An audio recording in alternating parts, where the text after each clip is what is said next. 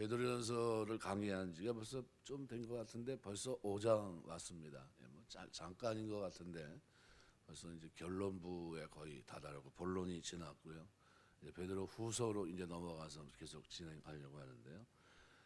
베드로는 세상 속에서 하나님께 영광을 돌리기 위해서는 교회 내부에서는 어떻게 해야 되고 세상 속에서는 어떻게 살아야 되고라는 것을 쭉 설명해 왔습니다. 특별히 교회 안에서는 1장 1절에서 2장 10절까지 성삼위 하나님과 교회 모습을 설명하고 있다면 세상 속에서는 외국인과 여행자 같은 교회다. 그래서 2장 11절에서 4장 6절까지 또 교회 안에서는 어떤 각각 은사대로 봉사하는 교회, 그죠? 정신 차리고 깨어 기도하는 교회, 사랑, 그죠? 끝까지 사랑하는 깊이 있게 사랑하는 교회, 그죠? 열렬히 사랑하는 그런 교회, 그죠? 대접 원망 없이 대접하는 교회, 봉사하는 교회입니다, 그죠? 그래서 이 교회의 네 가지 요소, 그죠? 캐리그마, 디다케, 호이노니아, 뭐 이게 우리가 말하는 대로 교제, 이것이 살아있는 교회, 이것이 교회의 모습이거든요. 그다음에 뭐 디아코니아, 성도들의 봉사 이런 것들이요. 그래서 이 네 가지가 각각 은사대로 섬기는 교회가 교회 안에서의 모습이라면 세상 속에서는 4장 12절에서 19절까지 기록한 대로 그리스도의 고난과 영광에 참여하는 교회 모습을 담기고 있고요. 마지막 교회는 어떤 모습일까? 5장에서는 그래서 정체성입니다. 그래서 사랑과 그다음에 겸손과 섬김으로 깨어 있는 교회의 모습을 5장에서 조명하고 있습니다. 그래서 오늘 교회 내부의 문제를 집중적으로 다루고 있는 5장 1절에서 6절, 그죠? 목양에 대한 내용이거든요. 전후 문맥이 뭐와 관계되어 있냐면요. 세상 속에서 선을 행하며 고난당하는 교회의 모습에 관한 겁니다. 그래서 4장 11절에서 19절이나 5장 7절에서 11절 고난 속에서 세상 속에서 어떻게 살아야 되는 그래서 교회의 모습을 담고 있습니다.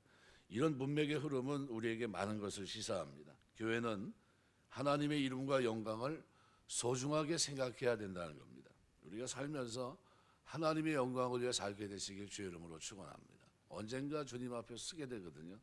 그래서 베드로전서는 교회가 세상 사람들 앞에서 하나님의 이름을 높이려는 분명한 의도를 가질 뿐만 아니라 이를 위해서라도 교회 안에서 사랑과 겸손과 섬김으로 깨어있는 삶을 살아내야 된다는 것을 가르치고 있습니다. 그래서 교회 안에 분란이 일어나지 않도록 먼저 장로들에게 권면하고 젊은 자들에게 그렇게 하라고 권면합니다. 그래서 5장 1절에서 7절이 그 내용입니다. 모두에게 고난으로 말미암아 지치지 않도록 격려하고 깨어있도록 경각심을 갖도록 인도합니다. 그래서 5장 8절에서 11절 그죠? 끝냅니다. 그래서 하나님의 모든 은혜와 성도가 받고 누려야 될 참된 은혜가 뭔가 이것을 가르치면서 안부를 묻고 베드로전서의 내용을 마무리하고 있습니다. 오늘 1절, 2절은 사역자들, 하나님이 세운 사역자들에 대한 얘기입니다. 지치지 않고 끊임없이 사역에 매진하며 갈 수 있는 길이 뭘까? 결론적으로 얘기하면 하나님의 사랑을 확신하는 데서부터 있습니다. 나는 하나님의 사랑을 받은 자이고 하나님과 그 관계를 유지하고 있는 사람이라는 겁니다. 이것이 바탕입니다. 베드로는 자신도 함께 장로 되었다고 얘기합니다. 요즘으로 말한다면 베드로는 참 어디를 가든지 존경받아야 될 초대교회에서 보면은 예수님의 수제자로서 가장 맏형 역할을 했던 사람 아닙니까? 그러니까 이 사람에게는 사도로서의 권위, 또 존경, 대접 이런 것들이 따라다닐 수 있는 그런 위치의 사람입니다. 그런데 순교하기 전, 그죠? 예루살렘에 흩어지게 되면서 복음으로 인해서 정체되어 있던 그것이 이방인에게 복음을 전하는 하나님의 뜻, 섭리 속에서 자신도 어떻게 해요?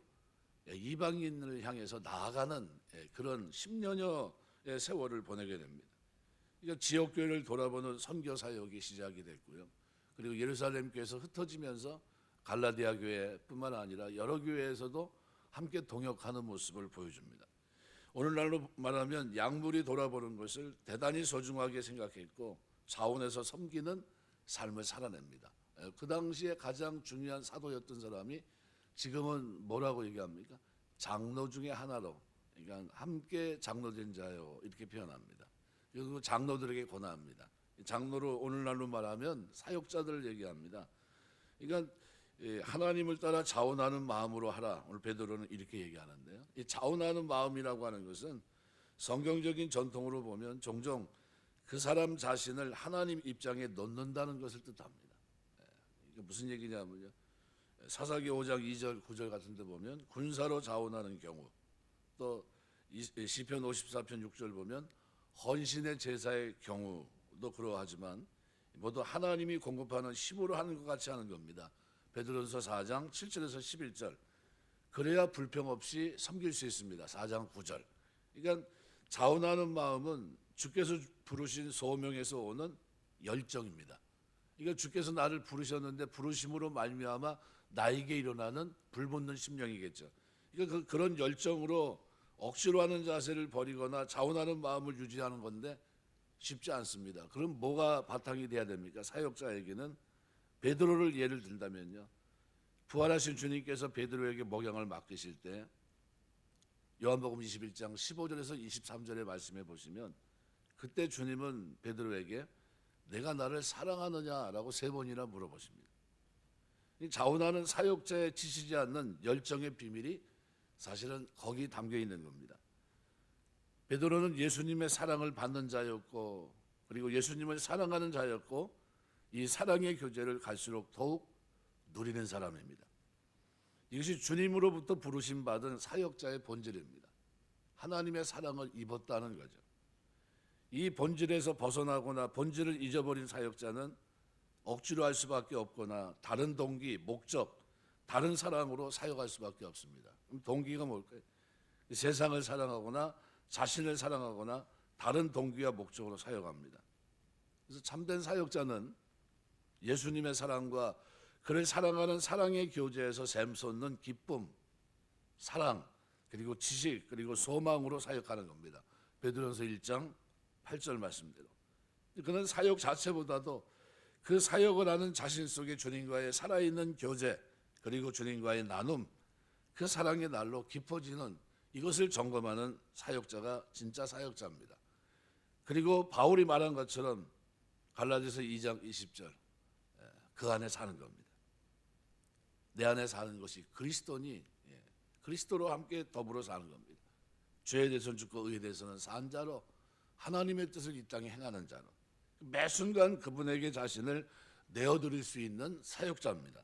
그래서 그분과 함께 십자가에 죽은 것과 그분과 함께 다시 살아난 부활 생명을 누리고 자신의 생각, 동기와 뜻과 목적을 버리고 주님의 뜻, 주님의 목적, 동기를 힘입어서 주님의 영적 능력과 지혜를 따라 섬기는 일에 훈련된 사역자, 이것이 여기서 말하는 장로예요. 그러니까 장로들, 말씀을 전하는 자들의 모습이겠죠.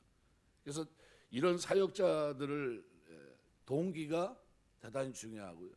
두 번째는 사역자의 어떤 고난이나 물질의 문제입니다. 세상을 이기는 교회를 세워가는 참된 사역자의 첫 번째 특징은 이렇게 배경이 어때요? 하나님의 사랑을 확신하는 데서부터 그 사랑의 교제 속에서 사역을 진행하기 때문에 흔들림이 없고요. 두 번째는 그리스도의 고난에 참여하는 증거가 있습니다. 그러니까 하나님의 사랑은 그리스도의 고난을 통해 우리에게 옵니다. 그 사랑을 확증하셨는데 뭐예요? 예수님이 십자가에 죽으시는 피 흘리는 이 고난을 통해서 우리가 용서를 받았습니다. 우리의 사랑은 이 그리스도의 고난에 참여함을 통해서 하나님께 이르게 됩니다. 십자가는 그래서 교차로입니다. 베드로는 자신을 그리스도 고난의 증인 마르투스라고 성경합니다. 성경 해석하는 사람들이 이걸 마르투스를 두 가지로 해석합니다.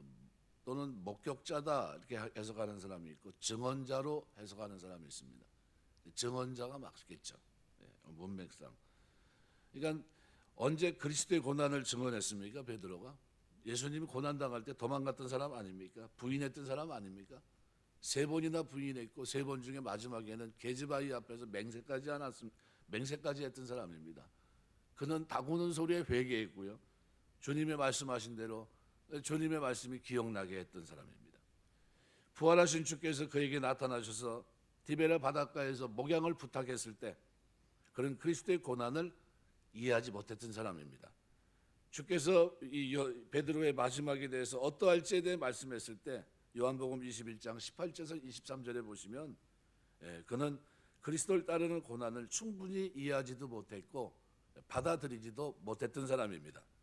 하지만 지금 그는 함께 장로된 사람으로서, 그죠? 자기 위치를 내려놓고 겸손히 지옥교를 돌아보면서 주께서 부탁하신 양무리를 인도하고 그리스도를 쫓아 선한 양심으로 고난받는 길에 대해서 상당한 경험과 이해에 도착한 것 같습니다. 이건 수준 높은 신앙이 됐다는 거예요. 베드로전서 2장 21절에서 25절. 특별히 베드로는 이런 그리스도의 십자가 이 고난을 의인으로서 불의한 자를 대신하는 선한 양심의 고난, 하나님의 뜻을 참으로 아는 거듭난 심령의 회복된 양심이 세상의 악과 악인을 만나 겪게 되는 고난이라고 말합니다. 3장 16절에서 18절. 문맥적으로는 가깝게는 4장 끝에서 하나님의 뜻을 쫓다가 고난을 당하는 것을 의미하고, 멀게는 4장 11에서 19절 전체에서 그리스도인으로서 또는 그리스도 이름으로 고난과 욕을 당하는 경우를 가르치고 있습니다. 4장 13절 말씀에서 이미 그리스도의 고난에 참여할수록 더욱 기뻐하라고 말한 바 있고, 베드로는 자신 역시 이렇게 그리스도의 고난에 참여한 자임을 강조하면서 오늘 본문에서 장로들에게 권면하고 있는 겁니다. 고난을 권면하고 있는 거예요. 고난을. 그냥 세상 속에서가 아니라 교회 안에서 특별히 장로로서 양무리를 섬기면서 어떻게 구체적으로 그리스도의 고난에 참여하는 자로 살아갈 수 있을까? 그거를 설명한 겁니다. 그러니까 베드로는 구체적으로 물질의 이익을 위해서가 아니라 오직 열정을 갖고 목양해야 될 것을 권면한 겁니다. 그래서 목회자는 열정을 가지고 목회를 하는 게 맞습니다. 그래서 본문의 장로들은 오늘날로 말하면 전문 사역자예요. 교회에서 혜택을 주는. 그래서 복음을 설교하고 가르치고 성도들을 신방하고 여타의 일들을 주관하고 성도들이 물질적으로 이들을 보존해 주는 것을 당연시했을 겁니다. 신명기 25장 4절 곡식을 떠는 소에게 망을 씌우지 말라라는 이 말씀은 사역자들에게 적용되었고요. 고린도서 9장 9절이나 디모데전서 5장 18절. 그러니까 전문 사역자의 경우 생활을 위해 지원받는 경우는 성경적인 모습이었습니다. 그래서 오늘 본문은 몇 가지 단어들을 통해서 설명해 주고 있습니다.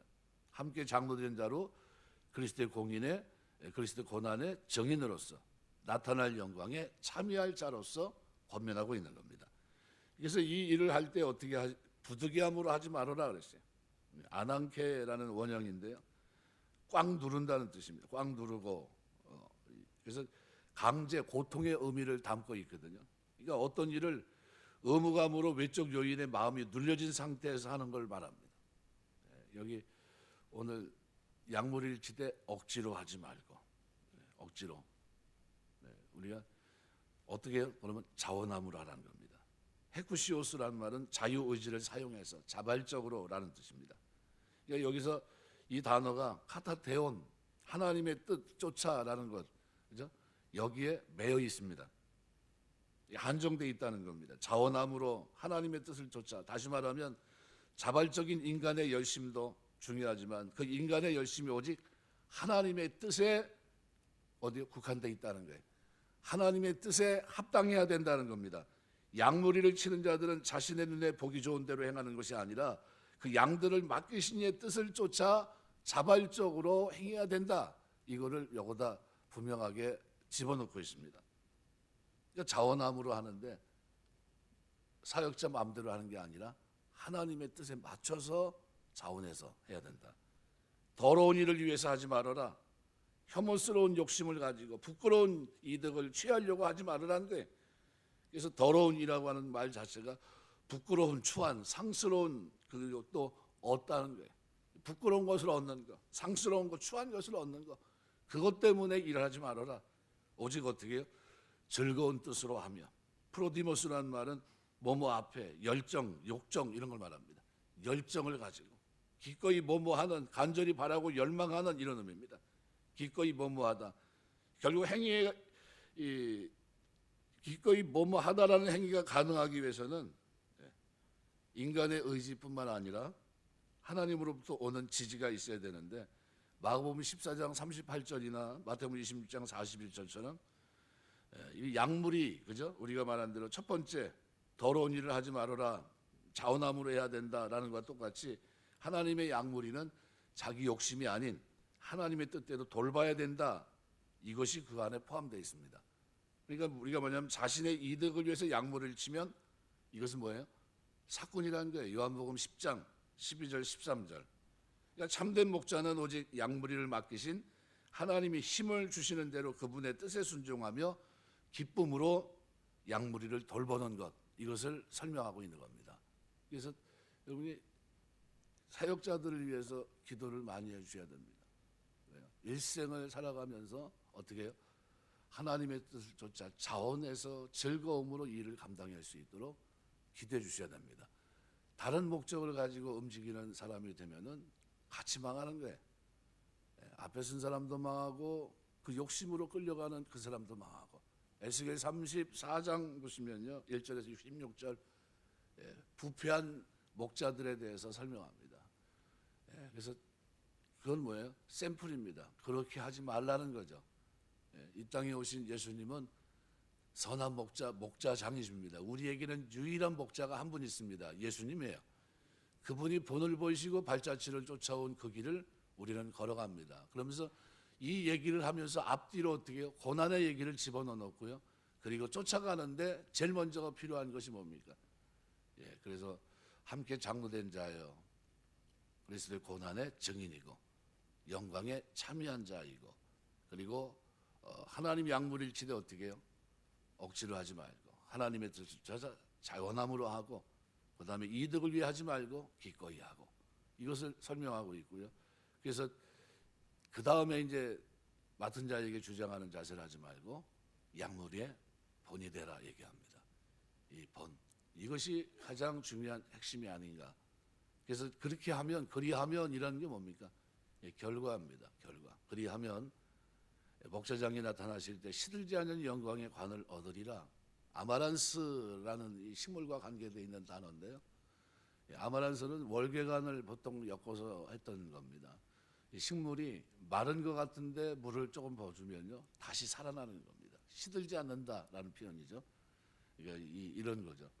그러니까 시들지 않는 영광의 관을 얻으리라. 이 얘기를 하고 난 다음에 5절에서는 누굴 얘기합니까? 젊은 자들에게 얘기합니다. 장로들에게 순종하고 겸손하라. 왜요? 젊은 사람들에게 중요한 것이 뭡니까? 쫓아가는 거겠죠. 순종하고 겸손히 자기의 생각들을 내려놓고 하나님의 뜻을 쫓아 자원하면서 기꺼이 그 길을 걸어가는 사역자들을 겸손히 순종하고 쫓아가야 될 것을 얘기합니다. 그러면서 하나님이 얘기하면 뭡니까? 겸손한 자에게 은혜를 주시느니라. 뭐예요? 앞에 서서 장로로서 그죠? 그리고 함께 하나님의 영광에 참여할 자로 고난의 증인으로 살면서 하나님의 뜻을 쫓아 자원하며 섬기고 즐거움으로 그 길을 걷는 그 말에 경청하고 겸손히 쫓아가야 될 것을 얘기하고 있는 겁니다. 말씀 맺겠습니다. 우리가 하나님 섬기며 사는 동안에 각각 주어진 직분이 다 있습니다. 사역자로서의 길을 걸어가는 것도 있고 뒤에서 보조하면서 쫓아가야 될 사람도 있습니다. 특별히 젊은 사람들은 다양한 사람들 얘기할 수 있겠죠. 직분자가 아닌 사람도 얘기할 수 있고 그들의 위치에서 어떻게 해야 되느냐 그들에게 필요한 것이 겸손입니다.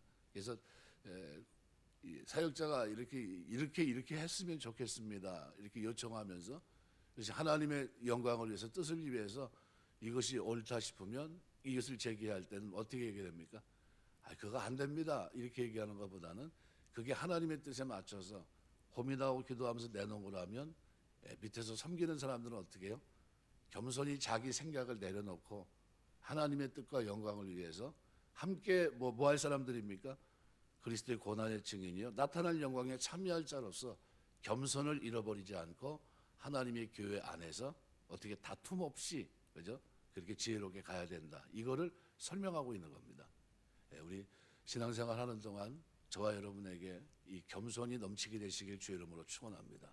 그리스도인들은요 겸손해야 됩니다. 자기 생각, 자기 의지가 다 선명한데도요 하나님의 뜻, 그죠? 그 뜻이라는 이름 위해서 그것을 위해 자원하고 앞장서 고난의 정인으로 함께 영광에 참여할 자로 앞장서 나가는 사역자들의 말에 대해서 어떻게 해요? 자신을 낮출 수 있어야 돼요. 내 생각은 이렇지만 교회가 원하면 예 알겠습니다. 그리고 쫓아갈 수 있어야 된다는 거죠. 그게 진정한 하나님의 교회가 어떻게 해요? 정체성, 세상이 휘둘리지 않고 깨어있는 교회의 모습으로 이 땅을 살아내는 아름다운 모습입니다. 우리가 그런 교회를 만들고 그런 교회에 쓰임받는 저와 여러분 다 되시길 주의 이름으로 축원합니다. 기도하겠습니다.